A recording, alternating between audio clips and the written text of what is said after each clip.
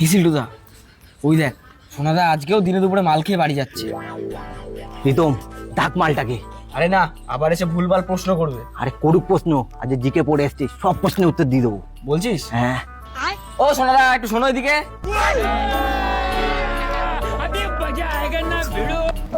হ্যাঁ বল, কি হয়েছে বল।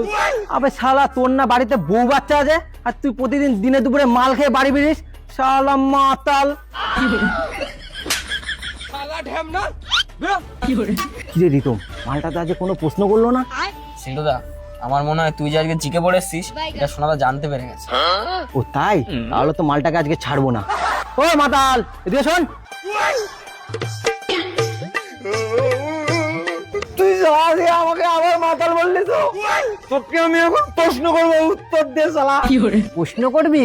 পর আজকে কি প্রশ্ন করবি সব উত্তর দেবো। আচ্ছা তাই, ঠিক আছে বল।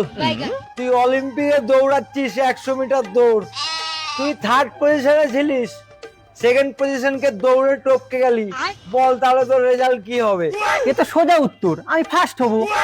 তুমি হচ্ছে একটা আস্তো কেলানি। তুমি যদি সেকেন্ড পজিশনকে টপকে যাও তাহলে তো তুমি সেকেন্ড পজিশনই হবা নাকি? তারা ভালো মানুষ প্রশ্নের উত্তর পায় না, কেলানি। চলো এবার প্রশ্ন করছি, উত্তর দে। এক বস্তা তুলো আর এক বস্তা লোহা, বল দুটোর মধ্যে ভারী কোনটা? ভারী কোনটা? আমাকে বোকা পেয়েছো নাকি? দুটোই যখন এক বস্তা করে আছে, দুটোরই ওজন একই তো হবে নাকি? না, ভুল উত্তর। তুলোর ওজন বেশি ছিল। তুলোর ওজন বেশি ছিল কি করে? কারণ লোহা ছিল 1 কেজির বস্তায় আর তুলো ছিল 50 কেজির বস্তায়।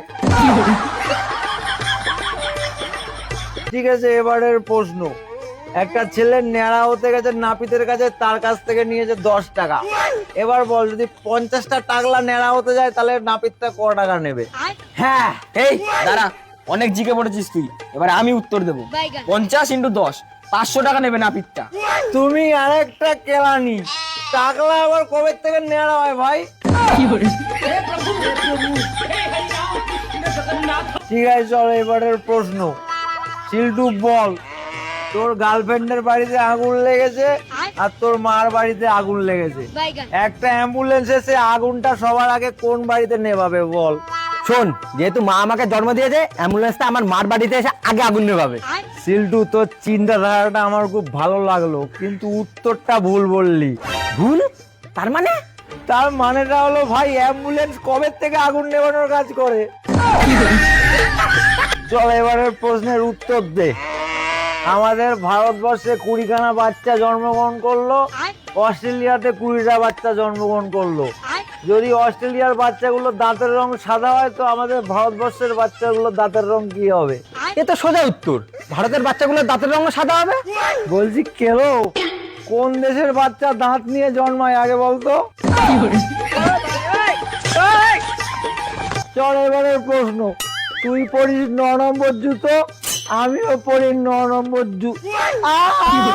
আমার জুতো, আমার জুতো।